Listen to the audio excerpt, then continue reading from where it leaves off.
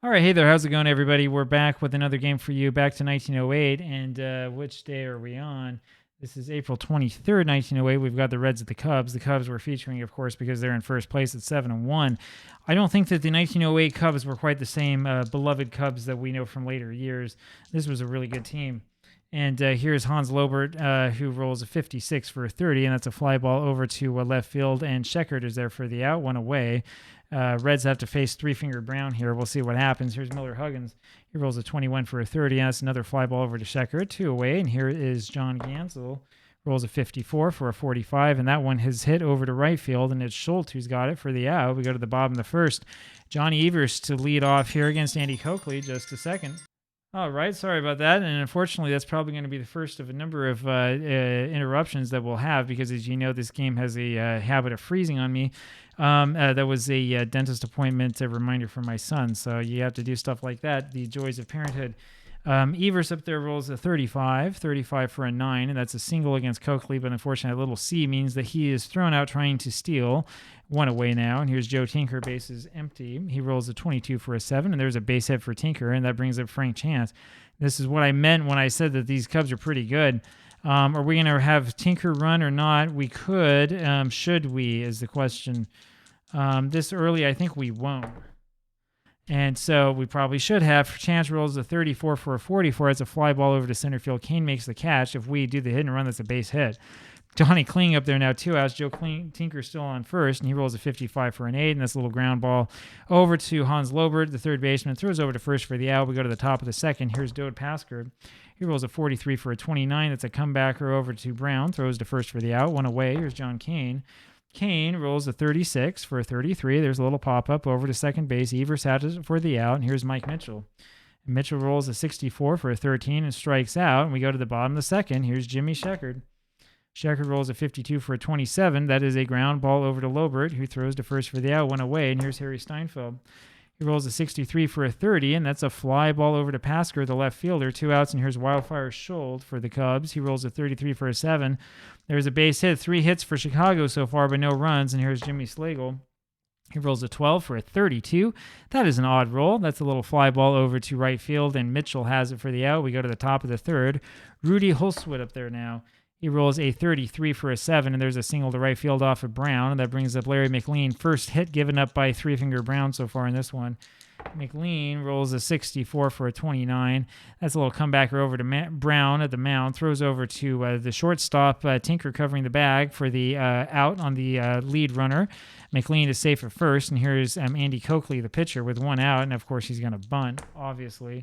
He rolls a 36 for a 33, and that's another comeback over to Brown, who throws again over to Tinker. They get the lead runner, 2 outs, and here's Hans Lobert. He rolls a 34 for a 44. That's a fly ball over to center field. It's Slagle who has it for the out. We go to the bottom of the third. Three-finger Brown leads this one off for the Cubs. He rolls a 12 for a 25. There is a little E, though, but the roll is a 45, and that ends up being a ground ball over to second base. Huggins has it. Miller throws over to first for the out, one away. And here is Johnny Evers, rolls a 41 for a 28. That's a ground ball over to Hulswood. The shortstop throws to first for the out, 2 gone, and here's Joe Tinker. He rolls a 56 for a 34, and that brings up the little E. Little E rolls a 26, close but no dice, and there's a pop-up over to Hulswood, and that will take care of it. We go to the top of the fourth, nothing doing so far. Miller Huggins leads off. He rolls a 45 for a 14, and there's a walk, and he then steals second, and here comes John Gansel. The Reds here with an early opportunity to score, and we're going to swing away with Gansel. Rolls a 63 for a 31. That's a fly ball over to center field. Slagle grabs it, but Huggins able to move over to third base with his speed. And now with Dode Paskard up there, there is a chance for the Reds to blow this one open. And the question is, do we swing away or bunt? I think we're going to bunt, but the infield's coming in. Paskard rolls a 13 for a 14, and there's a walk given up by Brown, kind of a rare walk that he's given up. Paskard, we know, is fast, and so we're going to do a hit and run. Infield comes in for John Kane.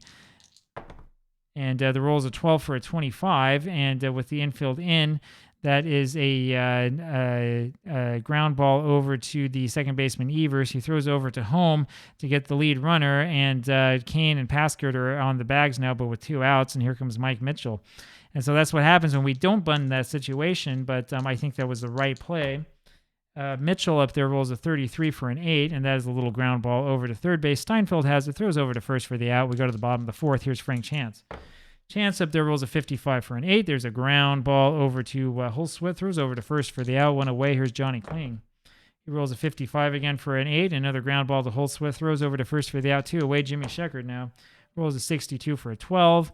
We do have a little E to worry about, and we'll have to re-roll that one as the dice were on top of each other. Ooh, that's a 21, which is in the range. That ends up being a ground ball to Holsworth once again, and he bobbles this one, and Sheckard is safe on the air. That brings up Harry Steinfeld.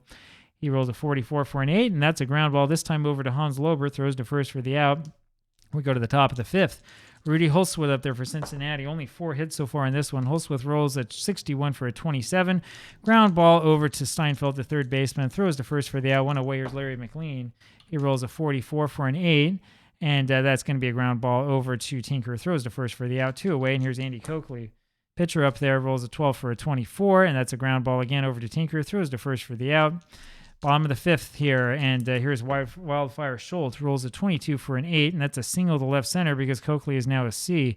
Brings up Jimmy Schlegel, and we're going to check and see. We can hit and run with Schultz. We might as well.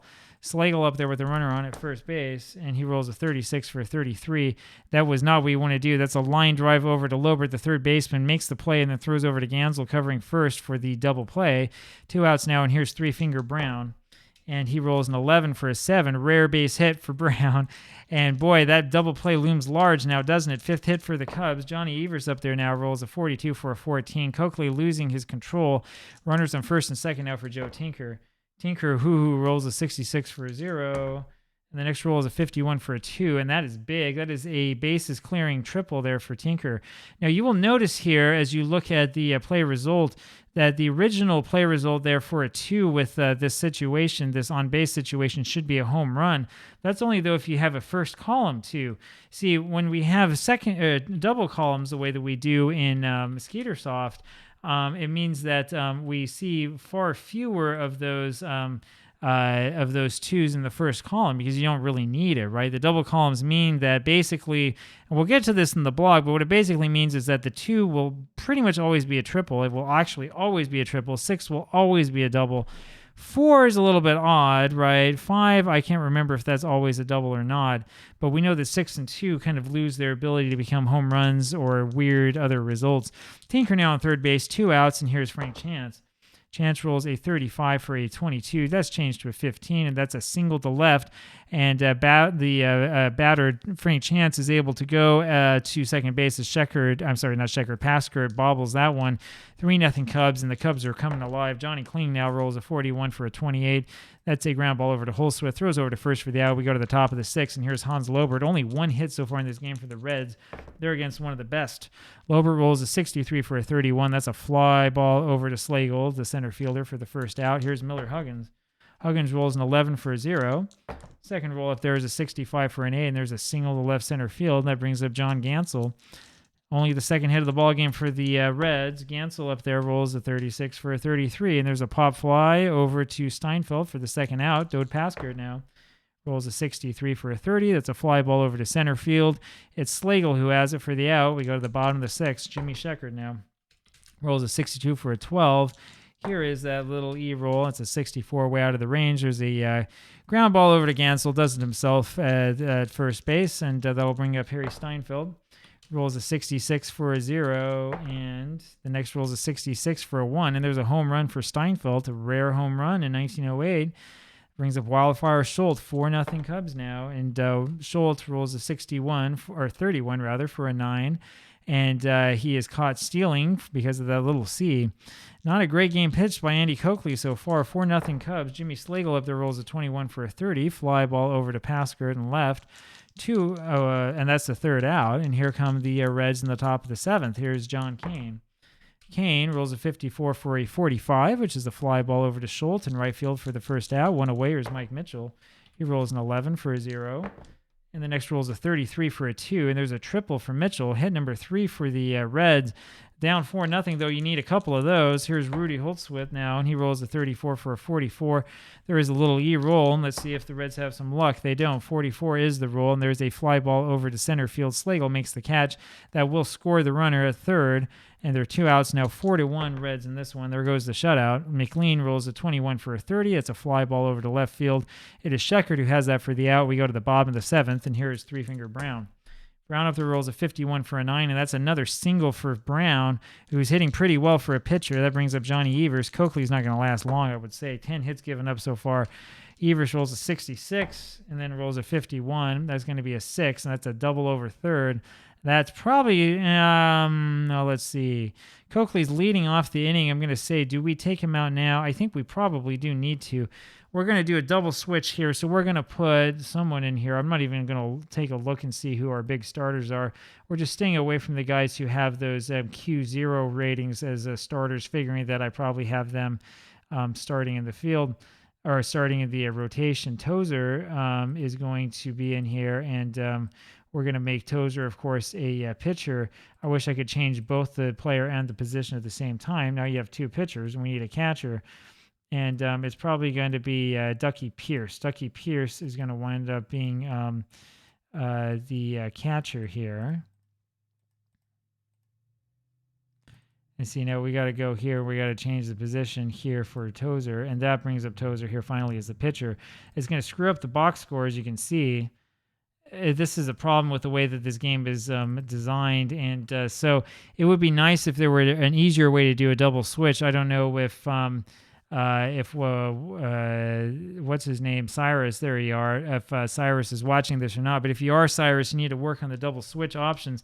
I don't know how often the double switch was used in 1908, but it only makes sense in this instance because Coakley was getting drilled and was the leadoff hitter coming up here in the top of the 8th. That'll bring up Joe Tinker, runners in second and third, nobody out. And of course, Tinker rolls an 11 for a 0. And might as well have the catcher in the pitch. The next roll is a 63 for a 6, and there's a double clearing the bases, scoring 2. That brings up Frank Chance. Maybe the Cubs cards are a little bit hot. What do you think? Here's Frank Chance. Rolls a 62 for a 12, and there's a strikeout. First out here of the bottom of the 7th, as Chicago's already scored 2. Tinker on second. Still, there's Johnny Kling. He rolls a 34 for a 44. That's a fly ball over to Kane, the center fielder, for the second out. Jimmy Sheckard now rolls a 64 for a 13. You can forget about that runner. We go to the top of the 8th, and here's Ducky Pierce. Pierce rolls a 32 for a 26. That's a ground ball over to Evers. Throws to first for the out. Here's Hans Lobert. Rolls a 51 for an 8, and that's going to be a shortstop to Tinker, who throws to first for the second out. Miller Huggins now rolls a 22 for an 8, and that is, again, going to be a fly ball this time over to Slagle in center field. Go to the bottom of the 8th. Harry Steinfeld to lead it off. Rolls a 45 for a 14, and there's a walk. Here comes Wildfire Schultz. He rolls a 43 for a 29. That's a comebacker to Tozer. Throws to first for the out. His only real play as Steinfeld moves up to second. 1 out now, and here's Jimmy Slagle. 2 chances for the Cubs to drive another one in. Rolls a 41 for a 28. That's a ground ball over to shortstop. Holtzwith throws to first for the out. That does move Steinfeld up, though, which is a little bit rare for a ground ball to the left side. Three-fingered Brown up there now hitting .455 this season. 2 for 3 in this game. And Brown rolls a 12 for a 25, but there is a little E possibility. Maybe he has a little bit of help. Now it's a 56. That's a little line out that goes straight over to to Tozer, the pitcher. Even I'm getting confused for the third out. And we go to the top of the 9th. Here's John Gansel. Rolls a 15 for a 10, and there's a single, hit number 4 off of Brown. That brings up Dode Paskert. He rolls a 44 for an 8, and that's a ground ball over to third base. Steinfeld throws to first. Gansel moves up to second. Here's John Kane. Kane rolls a 62 for a 12, and that's a strikeout. That is strikeout number 2 that Brown has collected, and that brings up Mike Mitchell with the last dying gasp for the Reds. Runner on second base, but down by 5. And the roll's a 36 for a 33, and that's a pop-up. That one's over to Tinker, the shortstop. He makes the catch, and there's your final score. Cubs win this one 6-1. The game didn't freeze this time, so you can put this one in the record books, but I did have to pause, of course, for the phone call about the dentist visit. Important stuff, right? You got to take care of your teeth.